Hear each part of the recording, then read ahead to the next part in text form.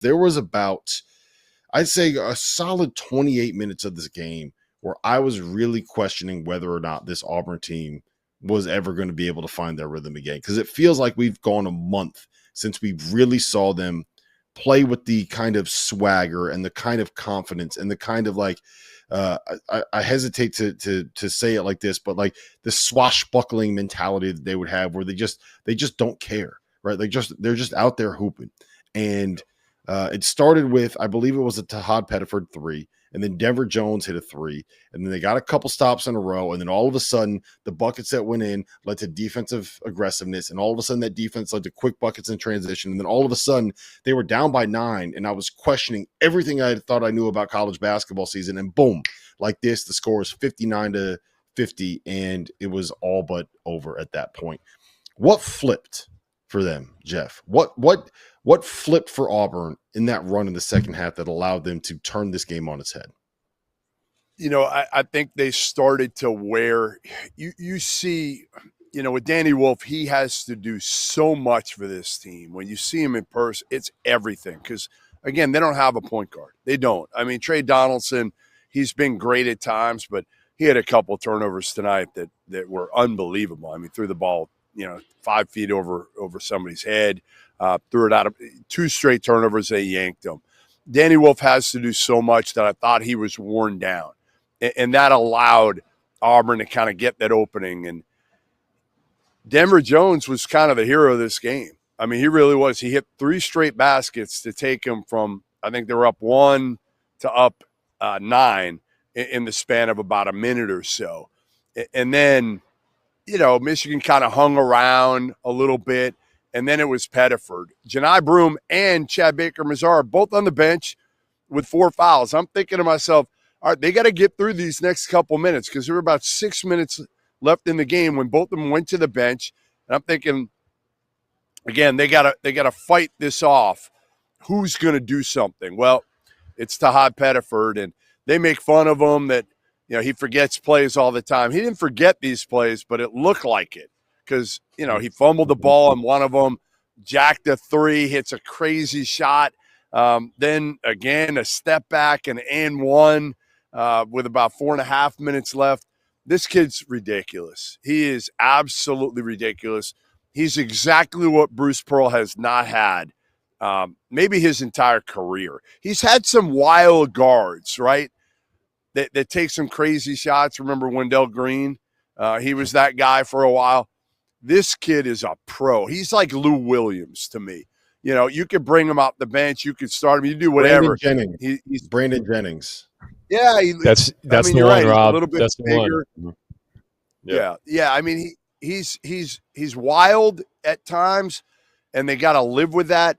But this just shows they have so many weapons, and defensively they locked down at the end. They locked down, and Carwell came in and made a huge defensive play, coming back on a ball and blocking it, and then they came back the other way and hit a 3. It was just a team effort, and it just shows this team is capable of just kind of flipping the switch at times and going on these crazy runs. I thought it would be coming out of the break right away out of the second half. They waited a lot longer for that, and they just dominated in the final 10 minutes. Yeah, real quick, Michael, go to you in a second, but I'm just going to put it out there.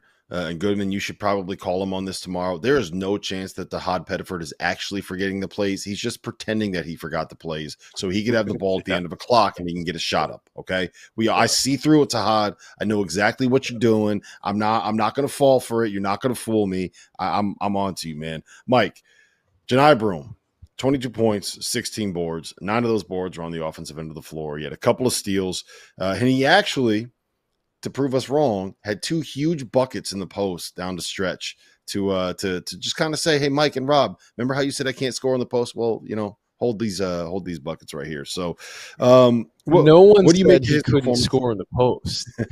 Right? Who said that? No one said that. No one said that. No one said comparatively to other back-to-the-basket bigs, it's a little bit lower. Nobody said, Auburn fans, look at the camera, nobody said that Janai Broome could not score in the post. Rob might have. What do you make of his performance? Oh, Rob pretty much just did, I guess. Well, no, But what I said is that if you want to beat Auburn, you have to make them beat you with Janai Broome post-ups. And what Auburn Yep. fans took that as was me saying Janai Broome sucks in the post. No, it's just the most inefficient way they have to score, and it ends up being like a pretty good way for them to get offense. Anyway, we're off track. What do you make of his performance tonight? And when he is playing like this and just having that impact in the paint against a team that has 2 7-footers, I feel like that's what you need out of them, their front line, for them to be able to win a championship. Yeah, I mean, he's the head of the snake. He is. I mean, when he's got his swag, they all got their swag. And we saw that tonight. I think, Janai is so impressive because there's just a relentlessness to him. We saw that on the offensive glass tonight, but also he continues to fight for position too. And he knows that he has a good balance too, where it's like, hey, I can either post deep here, or, if Vlad Golden wants to, I can pull him out to 17 feet. I can square him up and try to go by, put him in foul trouble. I mean, there's a lot that Janai can do, and I thought he showed a variety of that tonight. But yeah, I mean, I think he's going to be.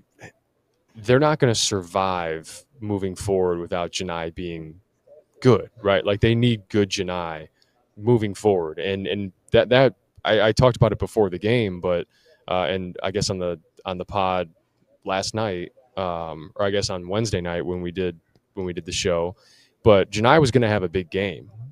Michigan, the last few bigs that they've played, Pharrell Payne 26 points, Derek Queen 31 points, Trey Kaufman-Renn 24 and 9. Janai was going to have a big game. What it was going to come down to was the backcourt for Auburn. And Todd Pettiford, you beat me to it, Rob. I mean, sometimes you got to like wipe off your glasses and ask yourself if you're watching Brandon Jennings, because that's truly what it looks like. And I think from a mentality standpoint, I remember the Alabama game at Alabama, and you had Auburn jump out to an early lead in that game. Alabama brings it back to 65-65 in the second half, and I'm like, okay, well, what do we got? Who's going to step up here for this Auburn team?